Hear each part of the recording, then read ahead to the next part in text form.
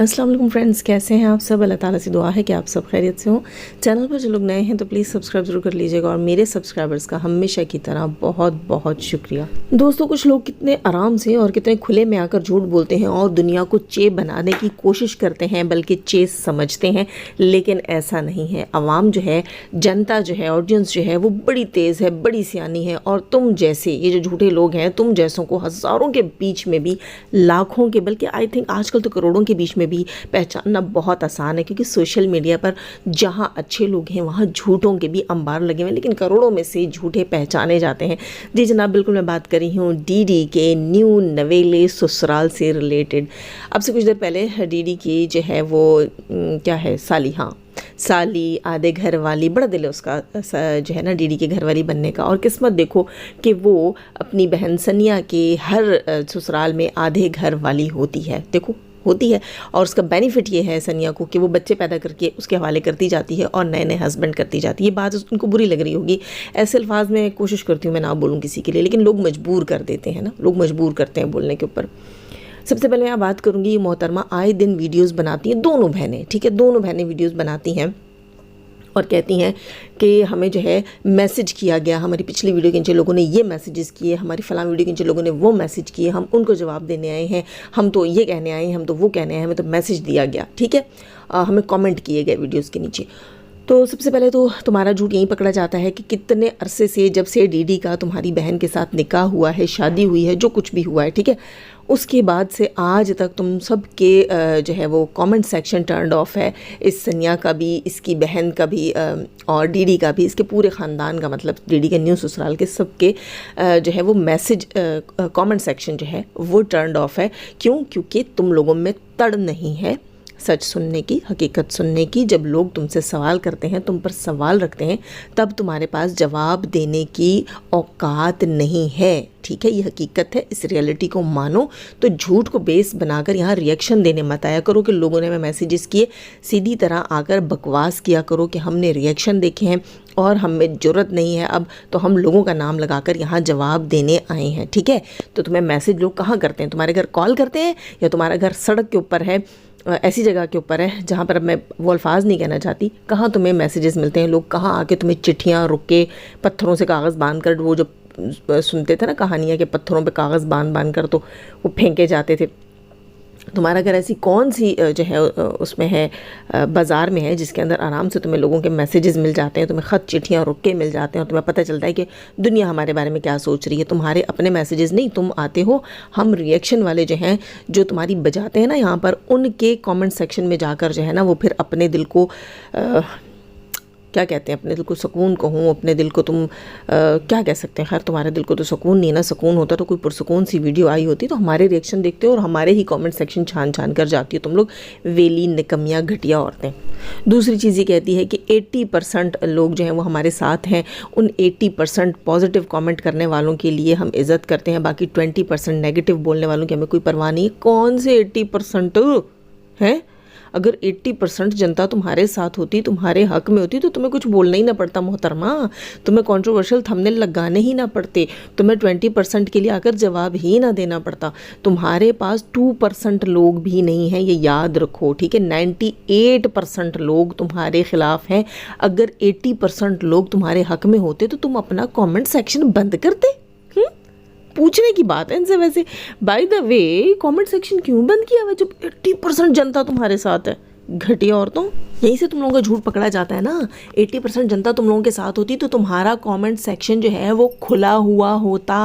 तुम लोगों की जरूरत नहीं है अपना कमेंट सेक्शन खोलने की। और ये आंटी जो इसकी माँ है, ये बैठकर कह रही है कि मेरी बेटी को कोई कुछ भी, जो मेरी बेटी को इस तरह कहते हैं, मेरी बेटी के बारे में वैसे कहते हैं, यानी कि उनके ऊपर रिएक्शन देते हैं, उसके ऊपर अपना पॉइंट ऑफ व्यू रखते हैं, उससे सवाल करते हैं, तो वो बेवाएँ हो जाएँ। तो इस आंटी से मैं एक बात कहूँगी कि आंटी, खैर बेवा होने का चस्का तो तुम्हारी बेटी को खुद पड़ा हुआ था, कैसे कैसे वो बेवा हुई है, आज तक तक तुम लोग इस बात की रियलिटी जो है वो सामने नहीं रख सके दुनिया की, ठीक है, कि आखिर उस जवान जहान मर्द को ऐसी कौन सी बीमारी लगी थी और जो बातें, जो अफवाहें, जो रियलिटीज़ लोगों ने ला कर रखी हैं उसमें कितनी हकीकत है, कितनी सदाकत है तुमने नहीं रखा। ना ही उसके किसी ख़ानदान के मेंबर को लाकर तुमने सामने बिठाकर गवाही दिलवाई है कि हाँ भाई हम बेगुनाह हैं, बेखता हैं, बेकसूर हैं और ये सब कुछ जो बोला जा रहा है वो झूठ है, ठीक है। इस चीज़ में तुम लोग नाकाम हो।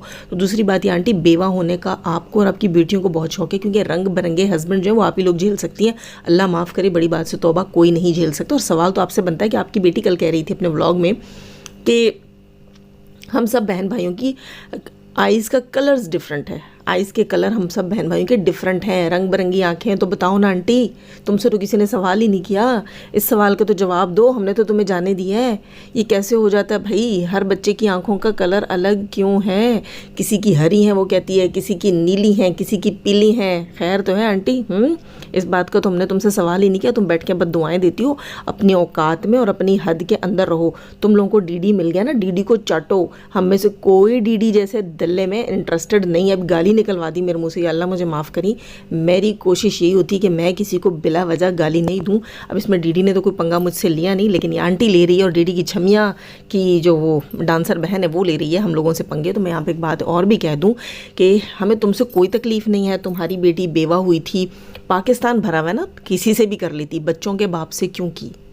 बच्चों के बाप से, क्योंकि वो भी ऐसा शख्स जिसने पहली बीवी को डिवोर्स दी और एक बच्चा 10 साल का उसका रुल रहा है, ठीक है। उसके बाद 2 बेटियां उसकी मज़ीद दूसरी बीवी से हैं, उनको भी रोला। आप लोगों ने ये नहीं सोचा, कहती अचानक से शादी हो गई, क्या क्या मतलब अचानक से शादी कैसे हो गई? ठीक है, ये तुम्हारी बेटी की तीसरी चौथी शादी थी, डीडी की तीसरी शादी थी, अचानक से कैसे होगी? थोड़ी सी गैरत दिखाते, यही बोल देते कि ये दुनिया जिससे हम इतने अरसे से लड़ रहे हैं और हम कह रहे हैं डीडी भाई है, डीडी हमारा भाई है, अब इस भाई से हम निकाह नहीं कर सकते, हमारी भी कोई इज्जत है, दुनिया हमें जीने नहीं देगी, यही गैरत दिखा देती। क्या पाकिस्तान के बाकी मर्द मर गए थे खुदा ना खास्ता कि तुम्हारी इस छमिया के लिए कोई भी नहीं बचा था? इतने बच्चों का बाप, वो भी एक ऐसा बच्चा भी जिसके पास माँ नहीं है, उसको भी इसने रखा हुआ है, इसको पता भी है कि उसको उसकी सौतेली माँ पाल रही है। क्या उस औरत के दिल में उस बच्चे के लिए फिर वो जगह बचेगी? वो ये बोलेगी नहीं ये तो बेवफा इंसान की औलाद है, मैं इसके साथ जो भी नेकी कर लूँगी ये बड़ा होकर मुझसे बेवफाई करेगा। क्यों बच्चों की ज़िंदगी अजाब की तुम लोगों ने?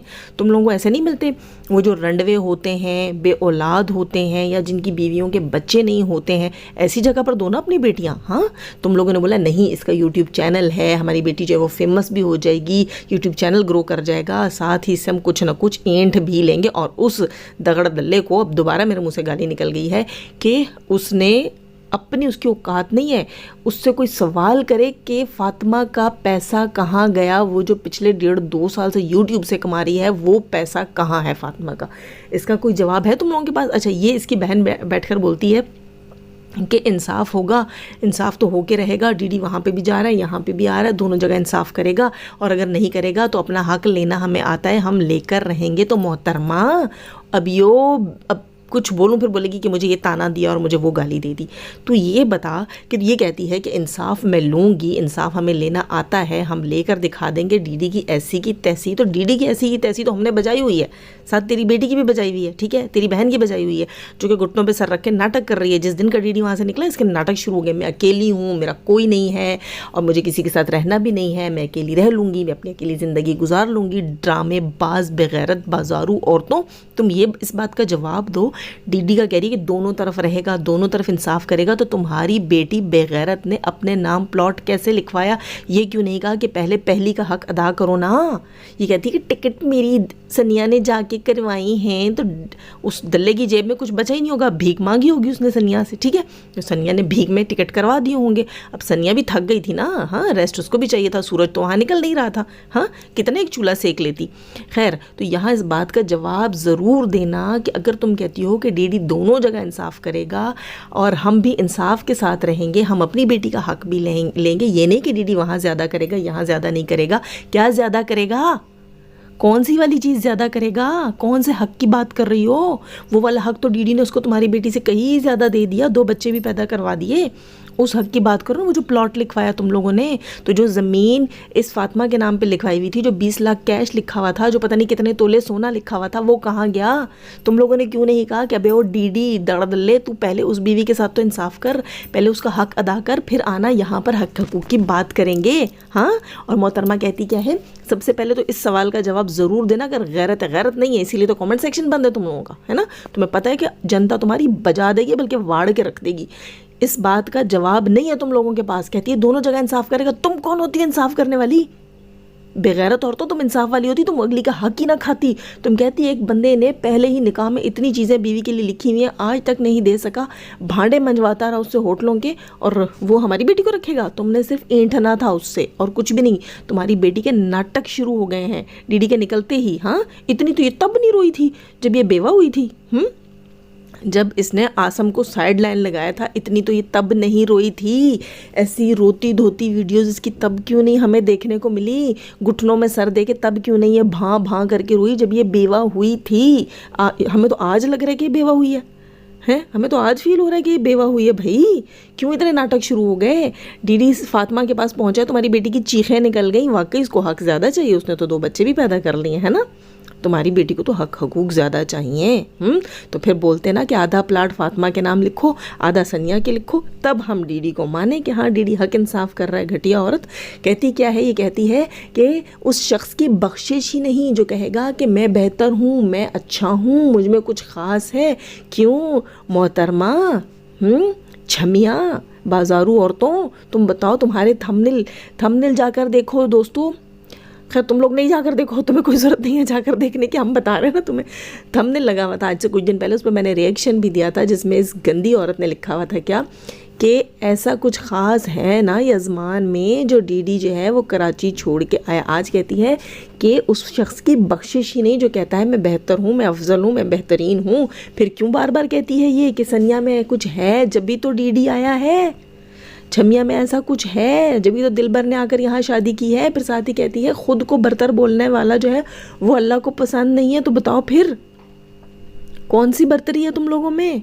वही जो बाजारू औरतों में होती है, इससे ज़्यादा कुछ भी नहीं। पहले जाके ना अपने रिएक्शन देखो, अपने थंबनेल्स देखो, जहाँ तुम फातिमा को चैलेंज करती आई हो। ठीक है, डीडी में जो कुछ भी है वो तुम ले लो, तुम्हारे में जो कुछ भी है वो डीडी को दे दो, हमें कोई इंटरेस्ट नहीं है। कहती क्या है? कहती है कि डीडी को तुम लोग ले जाओ, तुम लोग ले लो दिलबर को, चौथी कर लो, 5वीं कर लो। ओ मोहतरमा इधर हेलो, आगे क्या बोल रही है? आगे तू क्या बोल रही है दोस्तों? आगे कहती है उसमें अगर इतनी हिम्मत है कि चौथी कर सकता है तो कर ले, उसमें इतनी ताकत होगी कि 5वीं कर सकता है तो कर ले। नहीं भाई नहीं, अब नहीं कर सकता। ताकतें तो तुम आजमाती हो, जैसे आसिम की आजमाती थी, है ना? आजमाई थी ना दोस्तों। ये फिर उस मर्द को कहती हैं कि नहीं तुम में ताकत नहीं है, तुम ना अब और नहीं कर सकते इसके बाद। वो कहता है नहीं मैं रख लूँगा, मैं कर लूँगा। फिर ये चीज़ें इस्तेमाल करवाती हैं उनसे, ठीक है, उनको फिर नचा के रखती हैं, उनको इतनी ये वो चीज़ें इस्तेमाल करवाती हैं कि वो मौत के मुँह में चले जाते हैं। ये सब कुछ करती हैं उनके साथ, सिर्फ मजाक में। वो बंदा ये समझता है मेरे साथ मजाक हो रहा है, कि उसकी जान के साथ खेलती हैं। इसीलिए तो इसने खुल के कहा है कि डीडी में हिम्मत और ताकत होगी तो चौथी 5वीं करेगा ना। हाँ, इनको पता है कि हम हिम्मतें और ताकतें कैसे आजमाती हैं और कैसे बंदे को बीमारी की तरफ धकेल देती हैं। हम कहती हैं तेरे में तड़ है तो 5 दिन तू बेडरूम से बाहर नहीं निकलेगा, आ जा इधर फिर। ठीक है, तो ये वो औरतें हैं। खैर हमें कोई दुख नहीं है, हमें कोई अफसोस नहीं है। डीडी हमारी तरफ से तुम्हें प्यारा हो गया भाई, अल्लाह को तो बाद में प्यारा होगा, तुम्हें प्यारा हो गया डीडी। ठीक है, तो तुम उसे रख लो, वो किसी काबिल भी नहीं है। हमें सिर्फ ये दुख और ये अफसोस है कि तुम लोगों ने अपने इन गंदी ज़बानों से, अपने इन गंदे बूथों के साथ आकर वाईटी पर कहा था कि ये हमारा भाई है और हमें भाई के साथ बांध रही हो, हमें भाई के साथ बदनाम कर रहे हो तुम लोग, हम सोच भी नहीं सकते। और फिर उसी भाई के साथ एमरजेंसी में निकाह कर लिया। इतनी एमरजेंसी बनी हुई थी, सानिया को सुकून नहीं था, सब्र नहीं था। डीडी के पास तो बीवी थी, उसने तो जो भी देखा होगा ना वो अपनी सारी वो करने फातिमा के पास जा सकता था। सनिया के पास ऑप्शन नहीं था, सनिया को बेचैनी हो रही थी, उसको चाहिए था फ़ौरन। वो सब तुम लोगों ने करने के लिए अचानक से शादी की, लेकिन लानतें तुम्हें पड़ेंगी क्योंकि तुमने इसी सोशल मीडिया पर आकर कहा था भाई है। अब जब सोशल मीडिया तुम्हारे भाई को तुम्हारे साथ बजा रहा है तो तुम्हें क्यों तकलीफ़ हो रही है?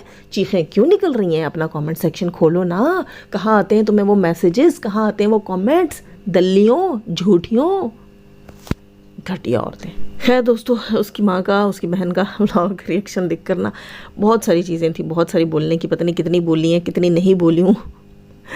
जो है वो जहन में आया और जितना मुझे गुस्सा था वो मैंने इस वक्त निकाला है। फिर जो पॉइंट रह गए ना इनके, वो भी ला के वाड़ूंगी मैं इनमें, ठीक है, वो भी बचाऊंगी।